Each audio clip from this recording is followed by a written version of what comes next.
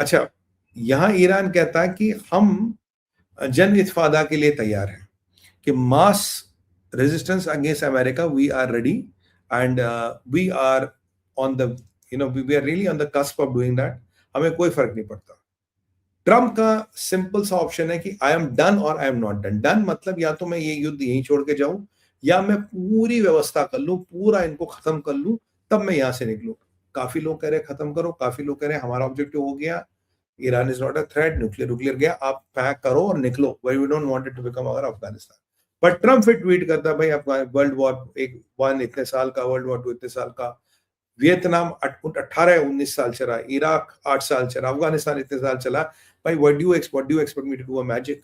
मैं कहती हूँ, और जबकि have defeated Venezuela in 45 minutes, ये मेरा कीर्तिमान है। ट्रम्प उनको डेमोक्रेट्स को कवर कर रहा है, राइट। यहाँ लवरॉफ के अगराची से बात हो रही है, यूएस एम्बेसडर कह रहा है कि हम कभी भी Iran, US ambassador to America का US ambassador to United Nations कह रहा है there can be not a situation, आज कल परसों कभी भी ईरान के पास न्यूक्स हो, we can never that let that situation happen, उसको हमें 100% मिटिगेट करना है। यानी कि कल को ट्रम्प नहीं रहा, कल को बरकत हुसैन ओबामा बैठ गया और ईरान के पास न्यूक्स आ गए, तो तब क्या करोगे? So Trump is looking at this situation. Netanyahu कह रहे हैं कि ये 40 साल में पहली बार गोल्डन अपॉर्चुनिटी आती, Israel can not afford to miss it. Israel इसको मिस नहीं कर सकता। रशिया कह रहा अगर भाई पाकिस्तानियों से मीडिएशन नहीं हो रही, हम मीडिएशन करने को तैयार है, पाकिस्तानियों को बोलो अपनी ऐसी तैसी कराए। बोको हराम ने साहब 400 लड़कियों का अपहरण किया और मिलियंस में बाउंटी मारा, मोस्ट प्रोबेबली क्रिश्चियन लड़कियां, ये क्रिश्चियन लड़कियां और महिलाओं का अपहरण किया, मिलियंस में बाउंटी मारा। कोई मुसलमान देश कोई इस पे बात ही नहीं करा, सब चुपचाप बैठे। इराक में पॉलिटिकल क्राइसिस बढ़ गया, वहां जो गवर्नमेंट है वो खटाई में आ गई है, क्योंकि जो पैसे अमेरिकन पैसे से वो सरकार चलती थी, अमेरिका ने पैसा बंद कर दिया, पता नहीं क्यों। और अमेरिका में जो पीछे हो रहा था उसको लेके पीएमएफ को ने जो वहां कार्रवाई की, जितनी बार अमेरिका की एम्बेसी अटैक हुई, they are not happy with it, उन्होंने पैसा देना बंद कर दिया। इराक में पॉलिटिकल क्राइसिस हो रही है और मामला वहां खराब होता नजर आ रहा है। और जो अमेरिकन कंपनीज है वो कह रही कि अगर ऐसी चला, वी आर एग्जिटिंग इराक, तुम अपनी ऐसी तैसी कराओ। इराक के बाद चलते हैं, आईआरजीसी कह रहा हमें कोई भी ट्रस्ट अमेरिका, जेडी वैंस या अमेरिकन नेगोशिएटर्स पे है ही नहीं। हमारा पाकिस्तान जाना is a waste of time, will be betraying the principles of IRGC.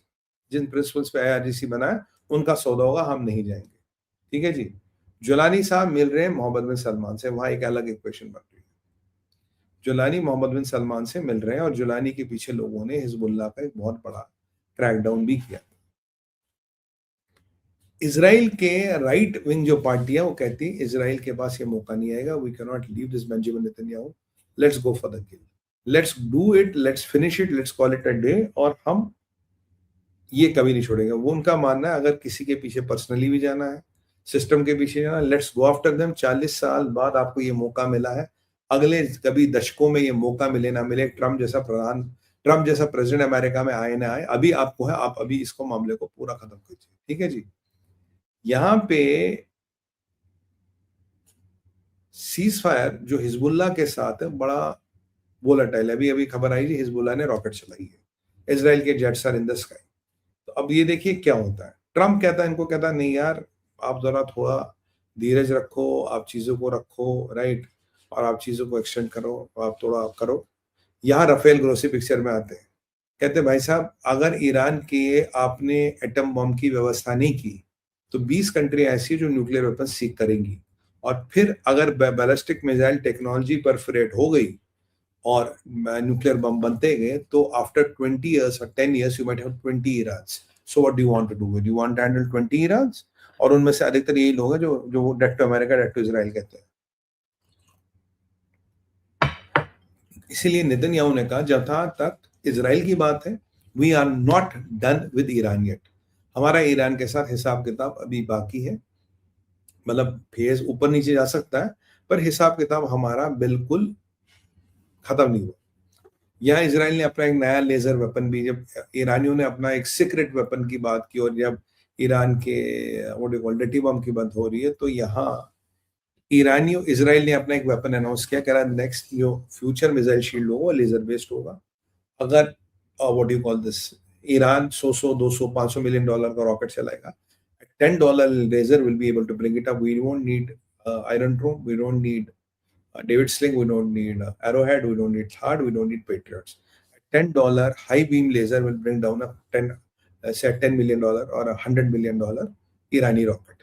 तो इसलिए इजराइल कभी रॉकेटों को लेके परेशान नहीं था। इजराइल की समस्या न्यूक्लियर बम, इजराइल की समस्या प्रॉक्सीज। अमेरिका की समस्या न्यूक्लियर बम, रॉकेट्स को लेके अमेरिका भी ज्यादा परेशानी। अमेरिका के लिए proxies still okay, but Israel proxies पे कंट्रीब्यूट मानने को तैयार नहीं, बिकॉज प्रॉक्सीज इजराइल को रोज नुकसान करते हैं।